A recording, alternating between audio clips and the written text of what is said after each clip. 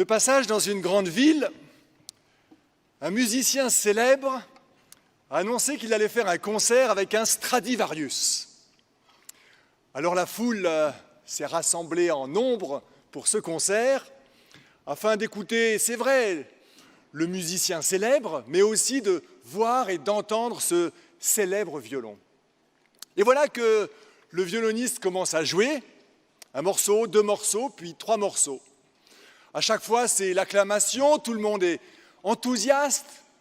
C'est merveilleux ce que ce violoniste arrive à faire avec cet instrument.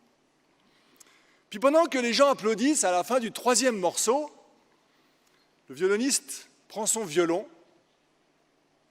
et tout d'un coup, crac! Il casse le violon en 2.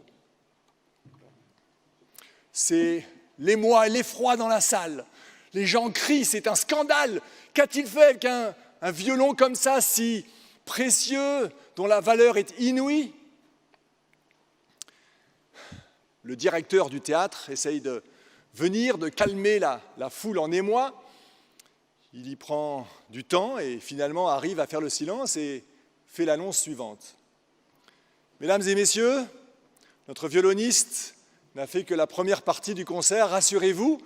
Et cette première partie, il l'a fait avec un violon qu'il a acheté pour 2 sous cet après-midi en ville.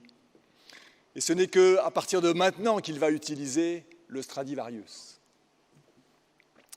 Effectivement, le violoniste est revenu avec le Stradivarius et il a commencé à jouer 1 morceau, 2 morceaux. Et puis il s'est arrêté et il s'est adressé à l'auditoire. Mesdames et messieurs, honnêtement, parmi vous, qui a vu la différence entre la première partie du concert, que j'ai joué avec un violon de peu de valeur, et la 2e partie de ce concert, que je viens de jouer avec le célèbre Stradivarius? Seules quelques mains expertes se sont levées. Ce qui compte, ce n'est pas tant l'instrument que l'instrumentiste.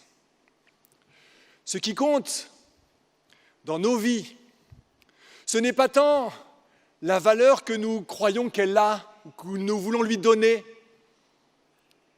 mais ce que nous en faisons, ou probablement surtout ce que Dieu fait de nos vies.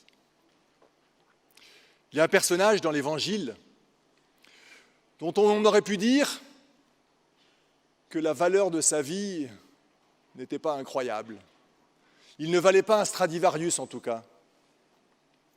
C'est Pierre, simple pêcheur, avec son frère et 2 collègues, petite entreprise de pêche familiale au bord du lac de Tibériade. Et Pierre, dans l'épisode que nous avons lu il y a quelques instants, eh bien, va voir sa vie prendre un tournant incroyable. Il va devenir un disciple de Jésus. Il va être appelé, après cette pêche miraculeuse, à suivre Jésus et il va l'accepter.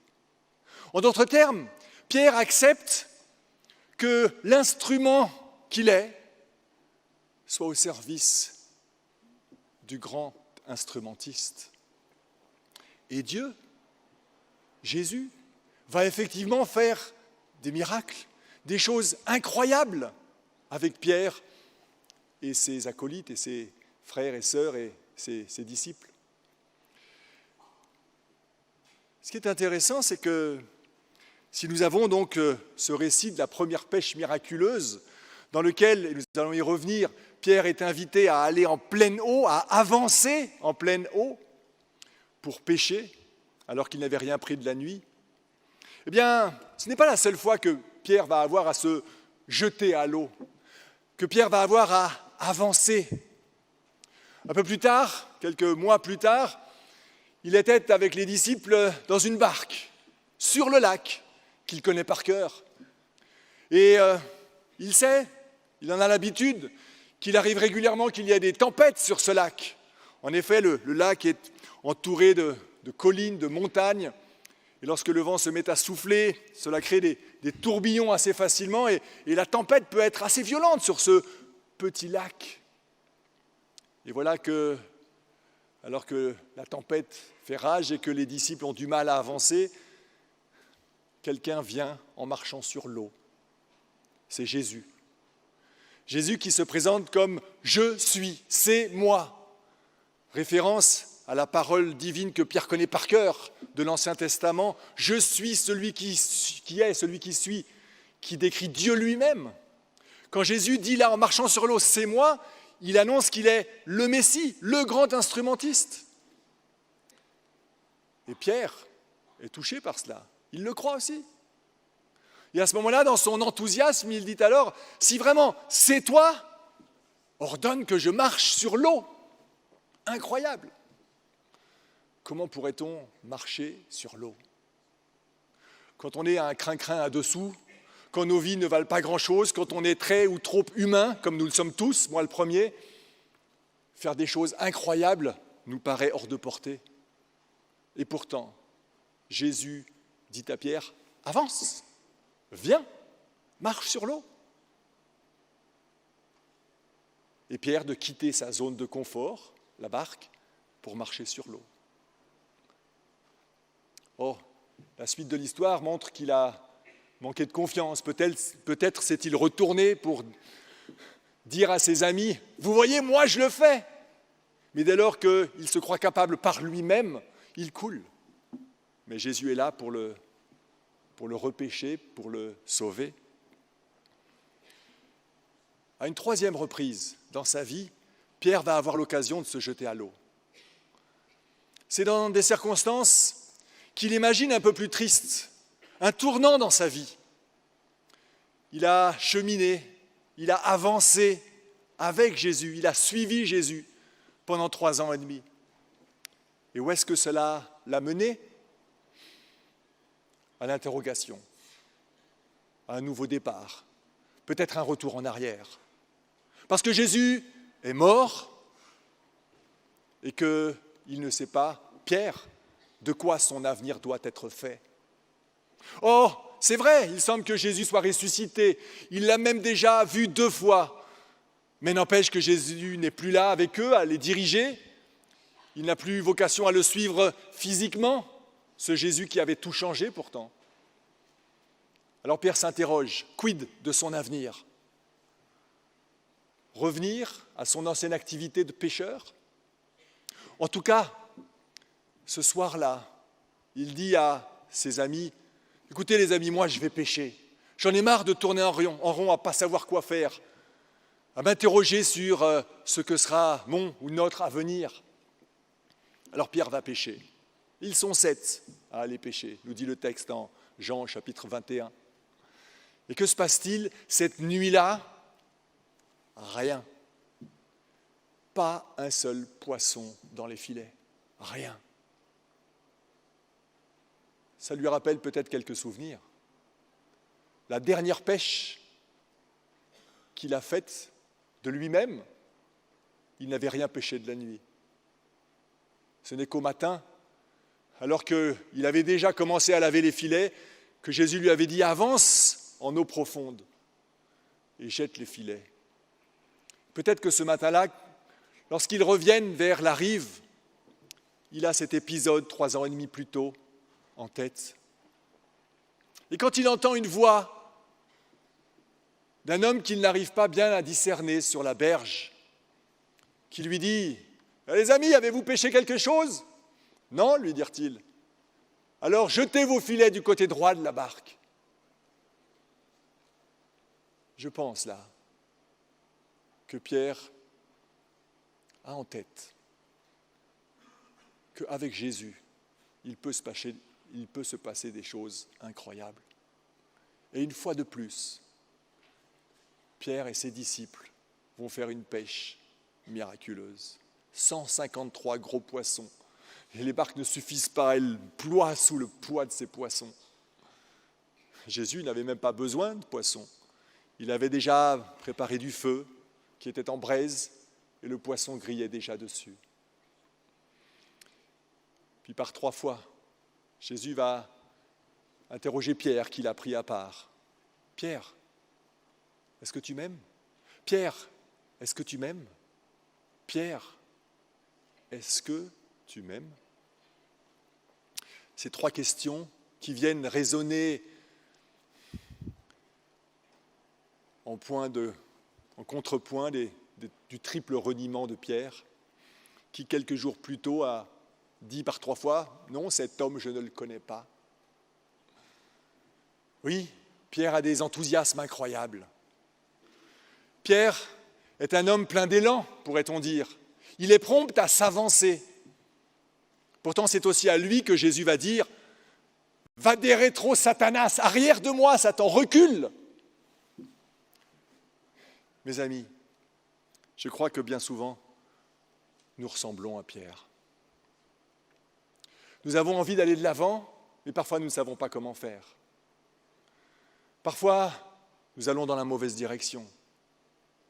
Parfois, nos enthousiasmes ne sont pas à la hauteur de nos capacités ou de nos réalités. Mais en tout cas, une chose est sûre, c'est que lorsque Jésus nous appelle, lorsque c'est lui qui nous montre le chemin, lorsque c'est lui qui nous accompagne sur le chemin, alors il n'y a aucune raison, aucune, pour ne pas avancer. Je voudrais revenir avec vous ce matin sur le premier récit de Luc chapitre 5 qui a été lu tout à l'heure. Cette première pêche miraculeuse. Mais il me semblait intéressant de placer l'ensemble de l'histoire de Pierre, que je suis sûr la grande majorité d'entre vous connaissez très bien, mais juste que nous l'ayons en tête, pour essayer de nous identifier, de nous laisser interpeller par finalement cet envoi initial de Jésus vis-à-vis de Pierre, de son frère, de Jacques et de Jean, comme une invitation à la réflexion sur notre vie, sur nos avancées, à un niveau personnel, à un niveau de couple ou de famille peut-être, ou de relation avec nos parents, nos enfants, que sais-je. Avancer aussi au niveau professionnel, parce que Pierre, c'est devenu un métier pour lui. Avancer spirituel aussi, bien sûr. Mais peut-être aussi en tant qu'Église.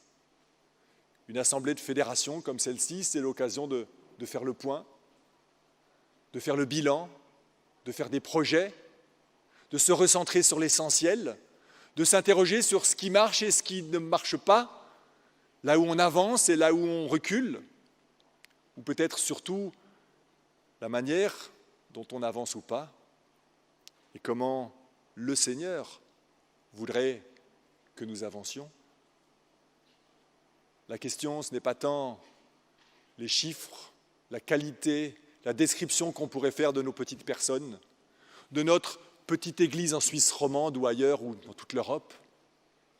Peut-être que cette église-là ou nos propres personnes sont comme un violon qui ne vaut pas grand-chose apparemment, relativement insignifiant, mais pas pour tout le monde. Parce que entre les mains du Christ, entre les mains de Dieu, eh bien, il y a des nouveaux horizons à découvrir. Permettez-moi de relever 7 éléments dans le texte, comme 7 jalons, comme 7 interpellations, comme 7 conseils peut-être, pour notre avancée.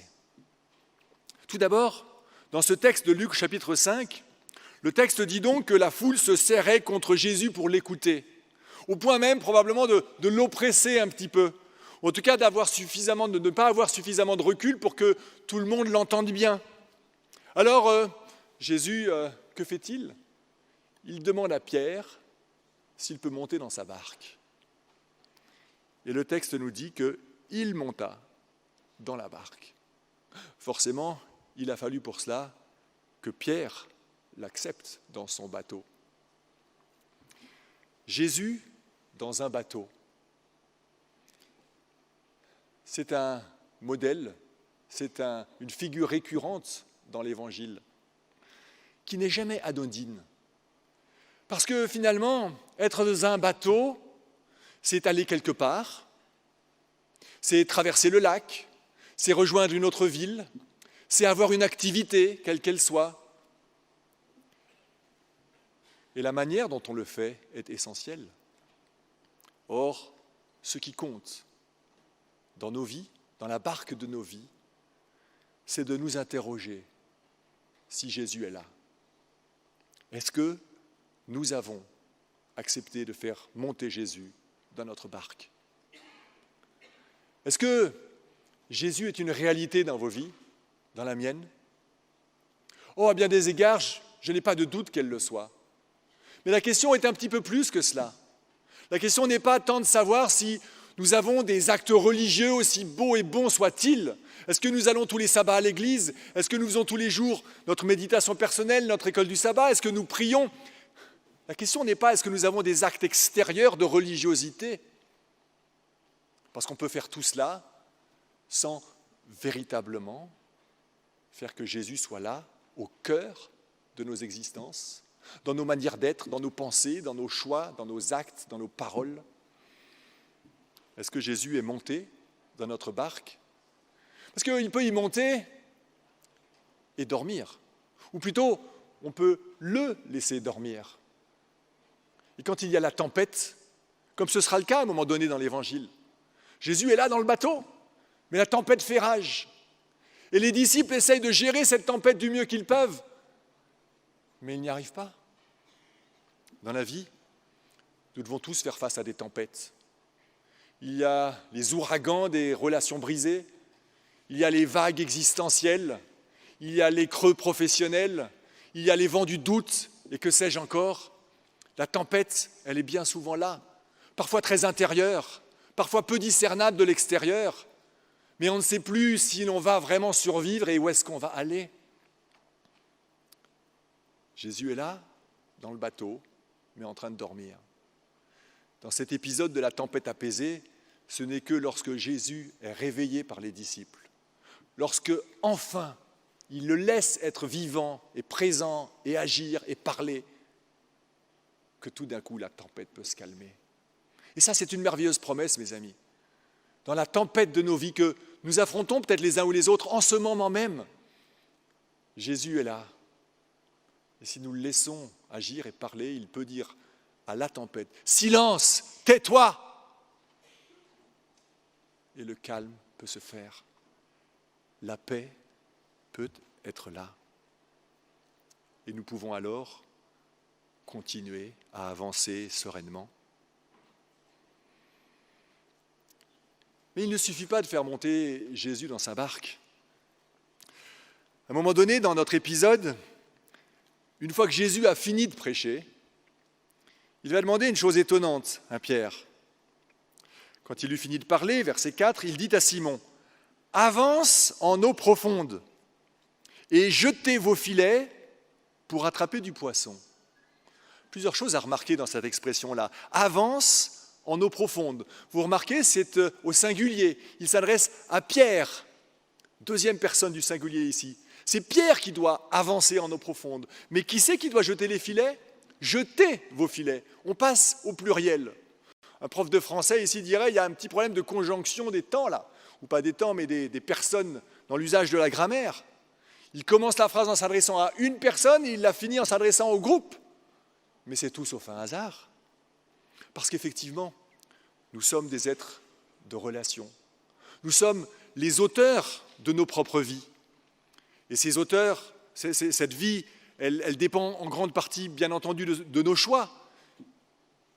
Et la qualité de nos vies et de notre cheminement dépendra aussi de notre manière de répondre aux interpellations ou aux invitations du Christ. Mais en même temps, on ne peut pas ignorer que nous ne sommes pas tout seuls dans ce monde, que nous avons un environnement familial, social, ecclésial, et qu'il y a une interaction entre les deux. Avance en eau profonde.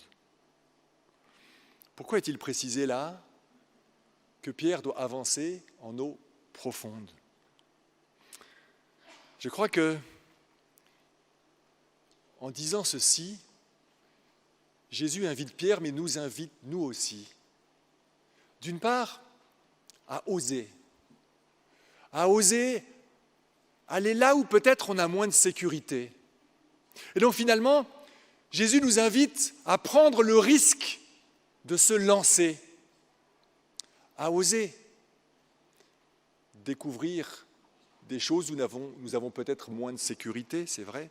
Lorsqu'on reste au bord de la plage, il n'y a pas trop de danger. Par contre, dès lors que l'on va au large, les choses sont moins évidentes. Oh, bien sûr, vous allez me dire, mais c'est juste un conseil de pêche que donne là Jésus. Parce qu'en plein jour, pêcher au bord de la rive, c'est sûr qu'il n'y a aucun poisson. L'eau est chaude, l'eau est claire, le bruit fait que les poissons ne sont pas là. C'est vrai. Mais dans ce texte qui est le plus hautement symbolique, rien n'est au hasard. Et cette phrase « avance en eau profonde » est significative et nous interpelle chacun. D'abord dans cet ordre quelque part. C'est un impératif qui est là. Avance. Comme je disais il y a un instant, lorsqu'on fait face à des difficultés dans la vie, on a envie que d'une seule chose, c'est de s'arrêter, c'est de se poser, c'est peut-être même de faire marche arrière, c'est de se couvrir les yeux, de faire l'autruche et de rester immobile. Pourtant, Jésus nous invite à avancer. Saint-Exupéry a dit un jour que marcher, c'est faire un pas et puis recommencer. Parfois, on s'imagine des destinations. Et ces destinations nous paraissent tellement lointaines. Obtenir un travail qui nécessite des années d'études, changer de profession, réparer quelque chose dans mon couple, dans ma relation avec mes enfants, parfois une destination qui paraît si lointaine, remettre Dieu dans ma vie, ou peut-être enfin lancer un projet qui me tient à cœur, avoir une activité qui sera utile et qui correspond à mon plus cher désir. Destination compliquée, se dit-on. Pourtant, Jésus nous dit oui, avance. Il faut prendre le risque de se lancer. Croire que le rêve est possible. Mais avancer, pas en surface des choses, en mettant de la profondeur. Avance en eau profonde. Quelque part, en donnant cette indication, ce signe de la verticalité, Jésus est en train de dire à Pierre que la clé de la réussite, la clé d'une avancée qui réjouit, qui correspond au projet de Dieu, c'est une avancée qui intègre cette dimension verticale. Et du coup, la phrase que Pierre exprime juste après est elle aussi significative. Sur ta parole, je vais avancer et jeter les filets. Et juste avant, qu'est-ce que Pierre a dit ? Maître, nous avons peiné toute la nuit sans rien prendre, mais sur ta parole, je vais jeter les filets. Le raisonnement humain que Pierre a, et qui est légitime, c'est de dire, honnêtement, ce que tu me proposes, Jésus, là, c'est peine perdue. Jeter les filets maintenant, en plein jour, pas si loin que ça de la rive, on n'aura jamais un seul poisson. Moi, je le sais, c'est moi le pêcheur professionnel. Toi, tu es charpentier. Toi, tu es un beau et grand parleur, je viens de t'entendre, c'est incroyable, tu touches mon cœur. Et c'est pour ça que je vais le faire. Mais je t'aurais prévenu d'avance. N'empêche que Pierre, là, à qui on peut souvent faire des reproches, il a son propre petit raisonnement en disant « oui, sur ta parole, je vais les jeter les filets ». En d'autres termes, ce n'est pas moi qui le fais, parce que moi je pense que ça ne va pas marcher. Mais Pierre met de côté son raisonnement et donne une chance à cette parole de devenir effective. Et comme la parole du Christ, elle est créatrice, elle est effective, elle s'accomplit, eh bien, il y a une pêche miraculeuse. Je pense à un autre épisode de l'Évangile où un homme avait de la difficulté à avancer, c'est le moins qu'on puisse dire. C'est ce paralytique porté par 4 hommes, vous vous souvenez?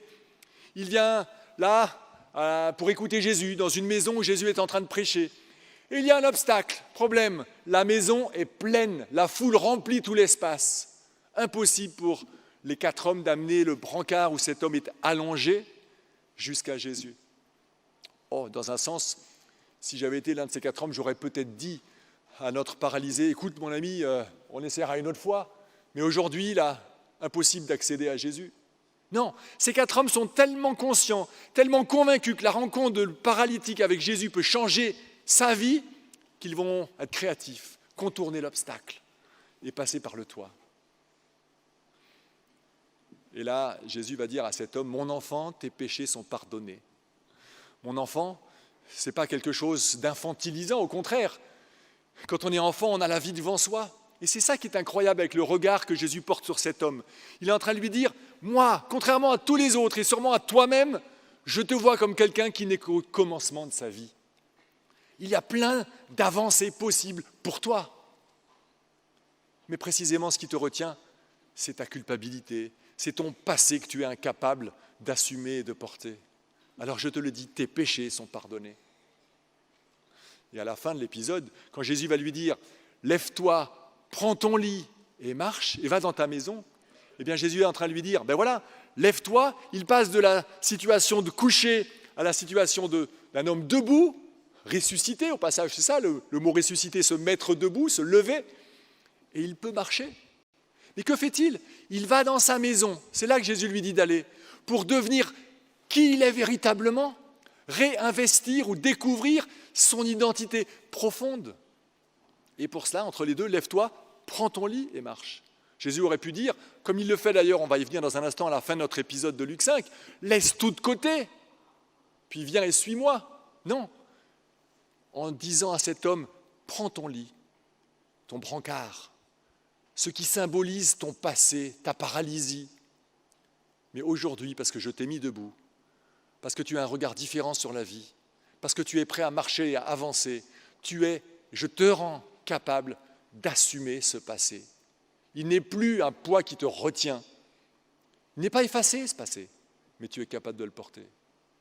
Mais là où je voulais surtout en venir dans cet épisode-là, c'est que entre notre homme qui au départ est allongé, puis à la fin il est debout en marche et il avance, il y en a qui sont assis, nous dit le texte de Marc 2. Ce sont les scribes et les pharisiens qui raisonnent en leur cœur. Qui peut donc pardonner les péchés si ce n'est Dieu seul? Et le pire, c'est qu'ils ont raison dans leur théologie. Il n'y a que Dieu qui peut pardonner les péchés. Sauf qu'ils sont tellement enfermés dans leur schéma théologique, dans leur schéma de pensée, qu'ils sont incapables de voir que l'homme qui leur parle, Jésus, c'est Dieu lui-même. Et ils sont assis, certainement pas en train d'avancer. Ce que Pierre ne fait pas ici. Il a son raisonnement. Maître, nous avons pêché toute la nuit sans rien prendre. Je peux te faire un petit cours de pêche rapide si tu veux. Mais non, il met cela de côté. Il le dit quand même, mais il met cela de côté. Et finalement, il a une foi incroyable. Sur ta parole, je vais jeter les filets. Est-ce que nous suivons les intuitions que le Seigneur met dans nos cœurs? Est-ce que nous osons accomplir les gestes que Dieu nous invite à faire? Est-ce que nous osons les réconciliations qui sont devant nous et que Dieu nous propose? Est-ce que nous rêvons et nous sommes à la hauteur de nos rêves avec les grands projets que nous pourrions avoir? Que l'on soit jeune ou que l'on soit un peu ou beaucoup moins jeune, que l'on soit en pleine possession de ses moyens, ou peut-être plus dans la peine ou dans la difficulté physique ou psychique, peut-être même spirituelle. Jésus nous guide. Jésus est le grand instrumentiste qui, quelle que soit la qualité ou la valeur extérieure du violon, peut faire des choses incroyables avec chacun d'entre nous. Et cet incroyable, c'est l'abondance. L'abondance matérielle peut-être, mais bien plus que cela. Une abondance spirituelle, une abondance relationnelle. Il y a un contraste saisissant entre l'avant et l'après de cette parole de Jésus, avance en eau profonde. Avant, le constat pour Pierre, c'est une nuit de travail sans un franc de salaire, parce qu'il n'y a pas un seul poisson à vendre. Et après avoir en plus passé toute la nuit à pêcher, il y a les filets à nettoyer, et en plus il est retardé par ce Jésus qui prêche là. Il va devoir rentrer à la maison et dire peut-être à sa femme et ses enfants, ben aujourd'hui je ne sais pas trop ce qu'on va manger, on va prendre les restes, parce qu'il n'y a pas grand-chose. Mais malgré cet état d'esprit qui l'anime probablement, eh bien, Pierre est prêt à la surprise, à la découverte de la nouveauté et même de l'abondance. Il faut remarquer malgré tout que dans le plan de Jésus, dans le plan de Dieu, dans les deux pêches miraculeuses, celle du tout début du ministère de Jésus et celle du tout début du ministère des disciples après Jésus, ce nouveau départ, dans les deux cas, il y a une phase de stérilité. Si dans nos vies, si dans vos vies en ce moment, vous avez l'impression que c'est la pêche stérile, mais peut-être qu'il ne faut pas tant s'inquiéter que cela, parce que c'est probablement une étape. À un moment donné, Dieu, par l'intermédiaire d'Ésaïe, va dire « Réjouis-toi, femme stérile ». Incroyable, Ésaïe 54. Comment Dieu peut dire ça ?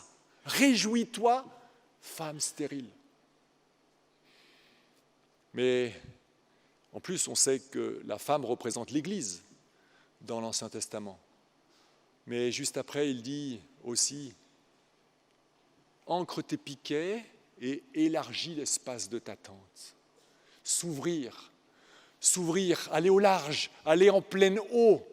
Voilà la clé que Jésus nous propose pour que, après ce temps de la stérilité personnelle, existentielle, relationnelle, il y ait l'abondance, de ne plus savoir qu'en faire. Un mot encore, 5e point, sur l'effroi, la peur. C'est vrai que, étonnamment, c'est après la pêche miraculeuse que Pierre va dire avoir peur. Quand Jésus a permis cette pêche miraculeuse et que Pierre en voit le résultat, à cette vue, le texte nous dit, Simon-Pierre tomba aux genoux de Jésus en disant « Seigneur, éloigne-toi de moi, car je suis un coupable. » C'est que l'effroi l'avait saisi, lui et tous ceux qui étaient avec lui, devant la quantité de poissons qu'ils avaient pris. Bien souvent, les disciples, et nous-mêmes, nous avons peur. Nous avons de nombreuses peurs. La peur de manquer, la peur d'aimer parfois, la peur de réussir, la peur d'échouer, la peur de la mort, la peur d'oser. Quantité de peurs, légitimes ou pas, mais nos peurs sont là. Et à un moment donné, quand Pierre dit là, « Éloigne-toi de moi », quelque part, il a conscience que sa peur le paralyse, l'empêche d'avancer. Mais en même temps, amadouer cette peur et faire l'expérience de la confiance est une étape clé pour précisément aller de l'avant. Jésus va ensuite dire à Pierre et ses disciples, « Je vous ferai pêcheurs d'hommes ». Très belle phrase qui peut quelque part nous poser des questions quand il parle d'hommes à capturer même à la fin. On pourrait s'interroger sur la formulation.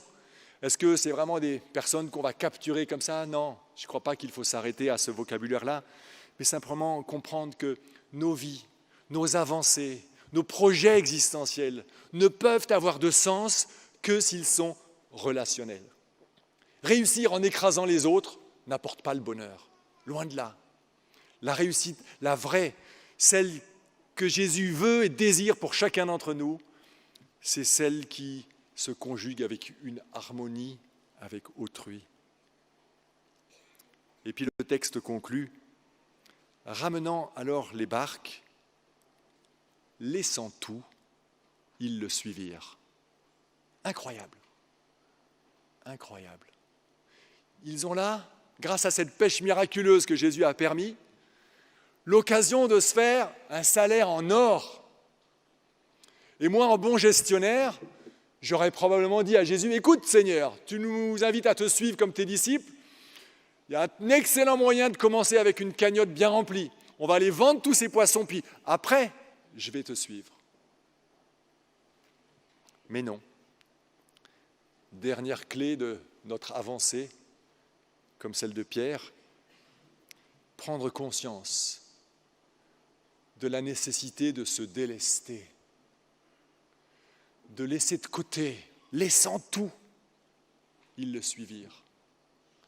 Parce qu'à chaque jour suffit sa peine, parce qu'avec Dieu, il pourvoit à tout. Oh, attendez, excusez-moi, je ne suis pas du tout en train de vous inviter à l'irresponsabilité. Évidemment, on est de l'ordre du symbole ici. Quoique, on peut peut-être réfléchir, chacun pour soi. Toujours est-il que vouloir avancer, quels que soient nos projets, nos envies, nos destinations, vouloir avancer en ayant trop de bagages, trop de choses, parce que ça nous sécurise, parce qu'on a l'impression que c'est important, parce que ce sont nos possessions, eh bien c'est précisément rater l'essentiel, qui est de prendre conscience que pour véritablement suivre Jésus, il faut se délester et lui faire confiance. Alors, mes amis, nous sommes invités à avancer. Est-ce que pour avancer, nous aurons Jésus dans notre barque ? Est-ce que nous oserons avancer en eau profonde et mettre de la verticalité dans nos existences ? Et donc nous baser sur la parole de Dieu, aussi étonnante soit-elle, aussi surprenante et déplaçante puisse-t-elle être ? Même si nous vivons des périodes de stérilité, ayons confiance que Jésus a en réserve quelque chose d'extraordinaire pour nous, de l'ordre de l'abondance, peut-être pas celle que les hommes miroitent, mais une abondance du cœur qui fera que nos vies, dans notre vie avec nous-mêmes, dans notre vie avec Dieu, dans notre vie avec les autres, eh bien, sera bénie. Loin de la peur, légitime peut-être, qui parfois est source de sécurité pour nous, nous fait avoir certains bons réflexes, mais en même temps, une invitation à véritablement faire confiance pour être ces hommes et ces femmes de relation qui, à un moment donné, sont vraiment prêts à avancer pour aller où ? Pour suivre le Christ. Mes amis, voilà nos vies. Il y en a, la société s'en charge, des faux amis s'en chargent aussi, les difficultés de l'existence sont là aussi peut-être pour nous donner l'illusion que ce violon de notre vie peut être cassé, ne vaut pas grand-chose. Mais finalement, que vous et moi soyons un crin-crin à 2 sous ou un Stradivarius, ce n'est pas si important. Ce qui est important, c'est que nous laissions le grand instrumentiste, Dieu, commencer à faire vibrer les cordes de nos êtres pour nous faire avancer dans une vie mélodique, harmonieuse, qui sera pleine de sens. Que chacun d'entre nous ce matin, en cet instant, puisse ressentir le calme, la sérénité, la paix, et puisse dire à Dieu, Seigneur,